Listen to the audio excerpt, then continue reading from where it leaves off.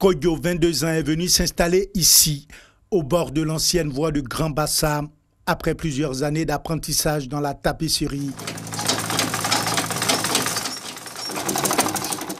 J'ai fini mon apprentissage.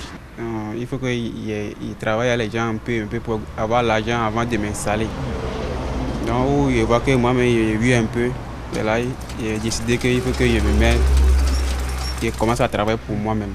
Pour ce jeune tapissier, l'obsession de la jeunesse doit être de se prendre en charge, malgré les difficultés. Ce n'est pas tout le monde qui va à l'école jusqu'à aller au loin. Donc, si tu arrives à un niveau que tu vois que tu connais un peu, si tu vois que ça ne veut pas aller, tu te mets dans un métier, tu apprends au moins. Si tu as un métier à main, ça continue. Mais encore faut-il que la jeunesse soit bien éduquée, bien formée et surtout qu'on lui donne sa chance, répondent de nombreux jeunes interrogés.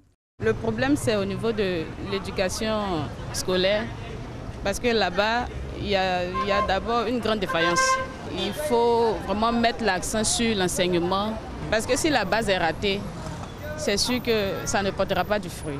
Nous sommes formés par l'État de Côte d'Ivoire. En réalité, on ne doit plus assister, on doit participer effectivement au développement de notre nation parce qu'on a tout, on a toutes les compétences. Convaincus que la jeunesse est le moteur du développement de l'Afrique, de nombreux jeunes rassemblés sous le nom de Groupe Leader d'Afrique multiplient les conférences à l'intention de la jeunesse. Entre autres objectifs de cette organisation, préparer ses membres à relever les défis et à capitaliser les opportunités qui s'offrent à eux. En témoigne le thème de la 5e édition de la conférence des leaders. Jeunesse africaine et développement, quel enjeu pour le continent? L'Afrique aujourd'hui a besoin tout d'abord d'une jeunesse disciplinée. Sans discipline, pas de développement. L'Afrique a besoin d'une jeunesse qui a une vision. Pas une jeunesse qui se focalise juste sur ce qu'elle n'a pas, mais une jeunesse qui se bat sur la base de ce qu'elle a. Une jeunesse qui se dit que demain sera meilleur. Et le troisième point que nous allons dire, il faudrait une jeunesse qui tourne le dos à la violence. Le groupe Leader d'Afrique a été créé en 2011 et compte 15 membres et plusieurs sympathisants. Leur combat, proposer à l'Afrique un autre type de leader pour la conduire vers le développement. Ils font partie du quotidien des usagers de la route. Leur rôle, transporter les biens et les personnes. On les appelle chauffeurs, machinistes ou encore conducteurs en fonction de leur lieu de travail. Des travailleurs souvent pointés du doigt à la survenue d'accidents de la circulation pour non-respect du code de la route. Selon l'Office de la sécurité routière OSER, 90% des accidents de la circulation sont dus aux facteurs humains. Et ces accidents provoquent chaque année la mort de plus de 600 personnes. Aujourd'hui, on a des nouvelles routes qui obéissent à des nouvelles réglementations dont on n'a pas de recyclage. C'est difficile sur la voie publique. Tout le monde tasse des mauvais conducteurs alors qu'on n'est pas adapté à ces nouveautés qui arrivent en Côte d'Ivoire. On reçoit des formations d'instructeurs qui ne sont pas adaptés.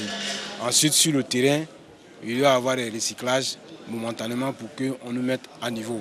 Il n'y a pas de mise à niveau et la situation, tout le monde vit. Individuellement aussi, il y a des chauffeurs qui ont des comportements qui n'obéissent pas à un conducteur professionnel. C'est-à-dire quoi, ils se donnent à des comportements qui ne sont pas bons. L'utilisation des produits alcoolisés, tous ces aspects-là ne sont pas bons. Pour réduire les accidents de la circulation, un cadre d'échange a été mis en place. Ce cadre d'échange permet de célébrer tous les 12 décembre la journée nationale du chauffeur qui regroupe conducteurs, transporteurs et partenaires du transport routier. Ce monde est tellement vaste et qu'on a besoin de formation. C'est ce qui fait les accidents et diminuer, je peux dire, améliorer les conditions de vie et de travail. Parce que ce sont des personnes qui travaillent, mais qui ne sont pas des travailleurs en réalité. C'est-à-dire qu'ils roulent des véhicules, mais ils ne sont pas des travailleurs. Et donc c'est ce contexte-là, je dirais, qui fait qu'il y a beaucoup de personnes qui se disent que c'est un métier où on peut venir passer un bout de temps pour partir. Pourtant, c'est un métier noble. Donc il faut sécuriser le métier pour sécuriser les vies. Et cette journée qui a sa première édition est une initiative de l'Association pour les devoirs et droits des chauffeurs. Elle a été marquée par un panel autour du thème « Le métier de chauffeur en Côte d'Ivoire ». Artistes, chanteurs, comédiens, producteurs, écrivains et pasteurs veulent le retour au calme au Buruda secoué par diverses tensions. À travers l'USPB, l'Union des sociétaires pour la paix au Buruda, ces premiers sociétaires envisagent de réconcilier les artistes et les dirigeants. Nous, USPB, nous allons unir tous ces membres associés, camper sur leur position, afin de les ramener à la raison pour notre bien-être et la survie du Burida, notre maison à nous tous. Aujourd'hui, la majorité des associés du Burida que nous sommes avions faim. Nous avions très faim. Tant qu'on va se dire le moi en tapant sur la poitrine, sans être unis, sans apporter ensemble les idées, on ne sera jamais heureux, on ne sera jamais nanti et il n'y aura jamais de paix entre nous et dans les Burida. Sur la table de conférence, Aïcha Kone et Thérèse Taba, ces grandes figures du milieu du showbiz, s'engagent elles aussi pour la même cause. S'il y a le feu dans la maison, il revient aux anciens de verser de l'eau. Et je crois que nous allons réussir cette mission. Il faut réconcilier les artistes, jeunes, vieux. Il faut qu'il y ait la paix. Le pays même a besoin de paix. Et cette paix peut commencer par les artistes que nous sommes.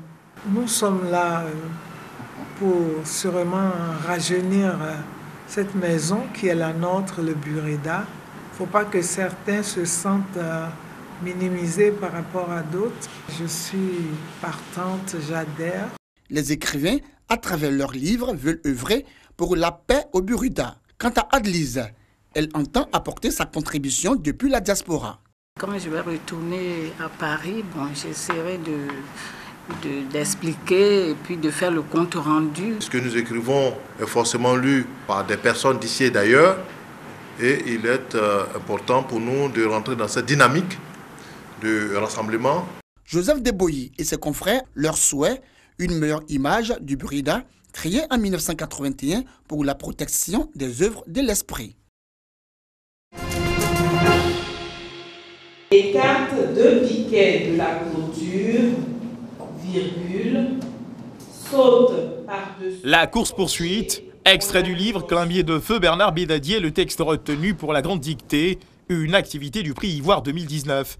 La Grande Dictée qui a réuni élèves, étudiants, journalistes, écrivains, directeurs de société, un concours à l'issue duquel le truc est classé premier à 9, de A9.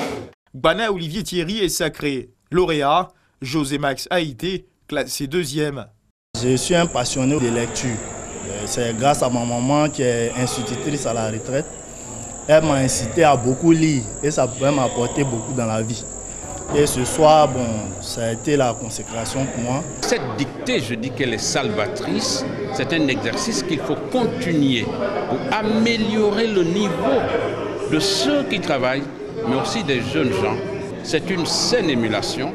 Ce n'est pas parce que c'est le français, mais c'est parce que c'est la langue que nous utilisons pour notre communication. À l'instar de la Grande Dictée, d'autres activités ont marqué la 12e édition du prix Ivoire 2019, organisée par l'association Aquaba, concours de culture littéraire des écoles, le prix Horizon pour jeunes écrivains ivoiriens de moins de 35 ans et le forum littéraire qui a pour invité spécial Ahmed Boukous, sociologue, linguiste marocain, lauréat Grand Prix Atlas 2019, auteur de l'œuvre Rhapsodie de Tanit la captive, qui évoque les libertés individuelles. C'est l'histoire d'une jeune femme du nom de Tanit qui aspire à la modernité, qui aspire à vivre comme une femme libre et qui se trouve en but à des agissements provenant de certains zélateurs de l'extrémisme religieux qui veulent l'empêcher de vivre sa vie, tout ça. Il a exprimé son blues par rapport au problème de sa société, c'est tout à fait normal.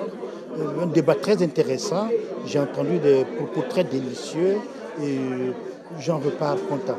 Le clou de l'événement, marqué par la remise du Grand Prix Ivoire pour la littérature africaine d'expression francophone, un prix ouvert aux écrivains des diasporas africaines.